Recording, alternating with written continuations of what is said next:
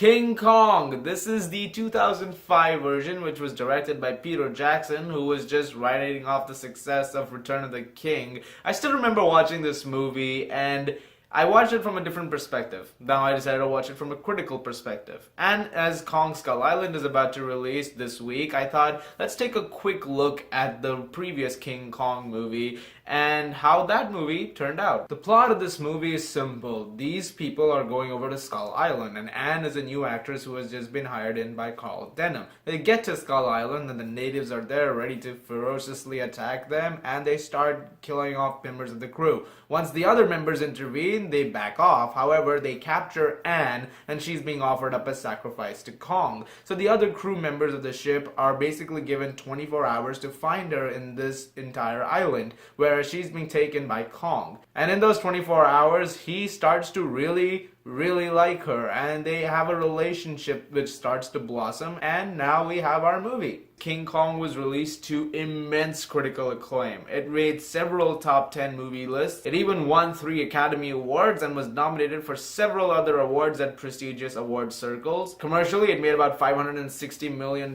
which was a pretty high amount at the point in time. It was also the most expensive movie ever made, with a $207 million budget. This movie is also regarded as a big step towards better motion capture and that world because of what they did with Kong. This movie did influence quite a bit when it comes to recent cinema. This movie, however, has a strange reception with audiences. At present, it has a 49% approval from audiences on Rotten Tomatoes. It has a slightly lower rating than you'd expect on IMDb with a 7.2, which is not the worst rating, but it's nowhere near the best rating they've ever had. First of all, this movie sets up itself very well. This movie has a 1930s post-depression era New York City established really well. You have the fact that people are really down, the economy is not doing very well, and Darrow, played by Naomi Watts, is barely being able to afford a thing. Her play isn't doing too well either, so they're not getting too much money off of that. Jack Driscoll, played by Adrian Brody, who is a playwright, has a successful play going on, but he still is trying to get as much money as he can because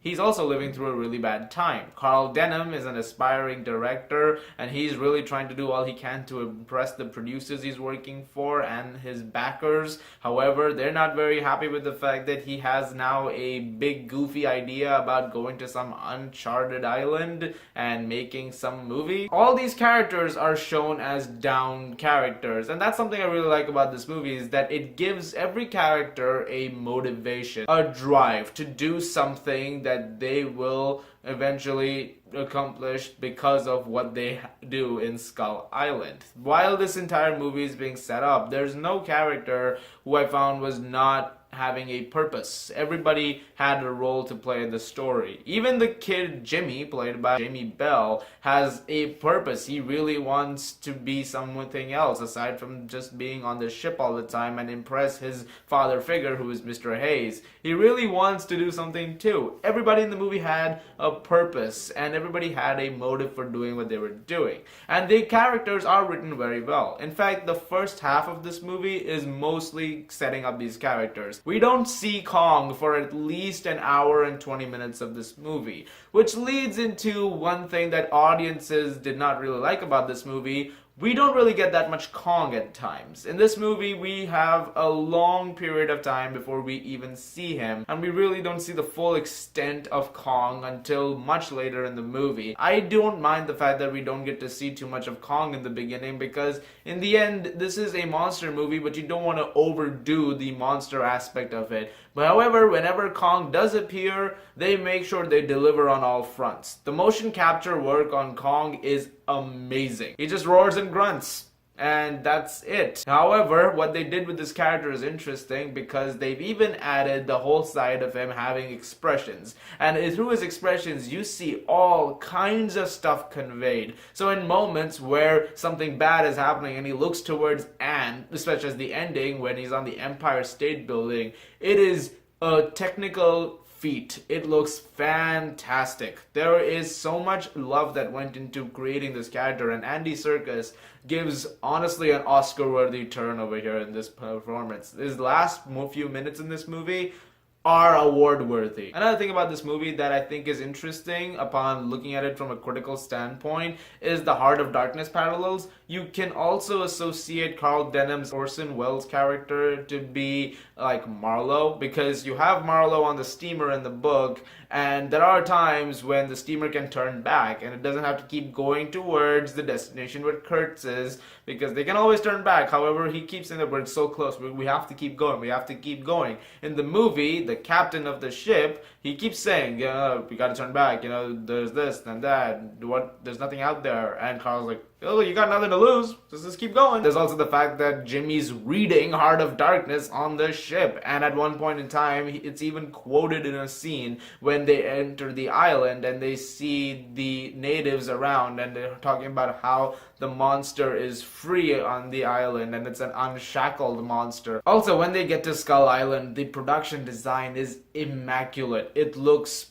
tremendous. What they've done with the look of Skull Island as you go deeper and deeper into this island is absolutely masterful. It's just amazing. Peter Jackson's always had a great eye for making things look immense in scale and just really representing the visual style of things. This movie's no exception. It looks beautiful. And I have to talk a little bit about the writing, because I can see a lot of people being not very big fans of that. I think it's very well written. This is a well written movie. There are times where it does go a little long and the pace drops are noticed, so the film does drag in a couple of scenes, but in the moments when you really need some good dialogue and when you need there to be a contrast created or some exposition given, which let's talk about. In this movie, there are a few scenes of exposition, and I can see why some people would be turned off by some exposition scenes. However, some of those exposition scenes were needed. There is a scene where Mr. Hayes and Lumpy, also played by Andy Serkis, talk about many years ago a castaway coming onto the ship and telling them about an island which was hidden in fog and a huge wall and a creature that was on the island. Of course, talking about Skull Island. This story was needed because we need to set it up for something we see later, because even the map says fog, and when they get to the island, it's covered around fog, and there's a huge wall which is like 100 feet high, and creature somewhere in there, right? Naomi Watts in this movie is terrific. She did an amazing job, really capturing the essence of Anne, because this movie is her character arc in a sense. You have the story of Kong being told here, but it's really not the point. The story is a lot about her character arc, how it goes around and comes back to exactly where she started. She starts down. She starts with a place where she's barely being able to do anything. Then her life takes a turnaround and she ends up on a steamer in a movie. And then when she goes to an island, she ends up with someone who really loves her and she falls in love with this creature. She finds someone she loves, which is funny because earlier in a restaurant, she talks to Carl about how good things never last, and she loses everybody around her who loves her. And now she has Kong, this gorilla. It's interesting when you see that happen, and then as the film comes to an end, you see that she's still gonna lose whom she loves, and we're gonna have a whole character arc for her created. Not a complete disappointment though, because she does end up with Jack in the end, so there is some closure to that. This does, however, lead into one of my favorite scenes in the movie, which is the scene in Central Park where the two are just going around the ice rink.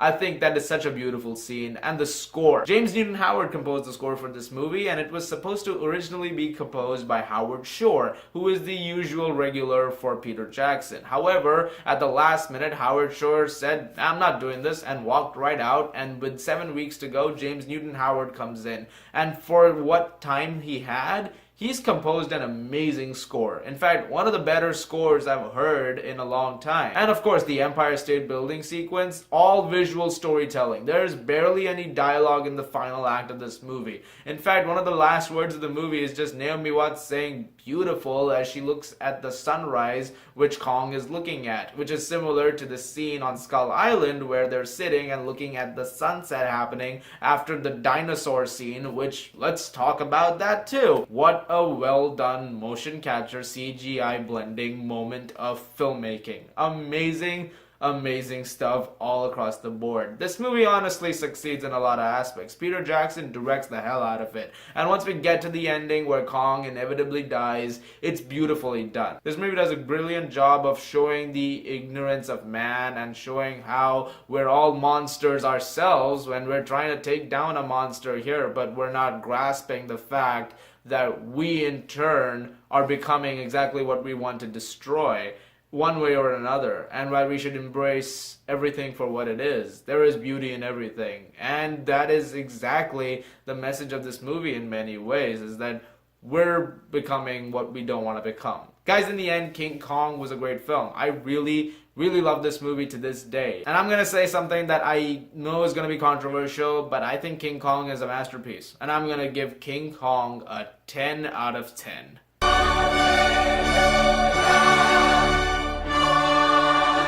So guys, the 2005 King Kong, have you seen it? What do you think about it? Leave your thoughts in the comments below, let me know. Are you excited for Kong Skull Island? I'll be having that review up very soon as well. You guys are the best. Thank you so much as always for watching. If you like this, please subscribe, and I will see you guys later.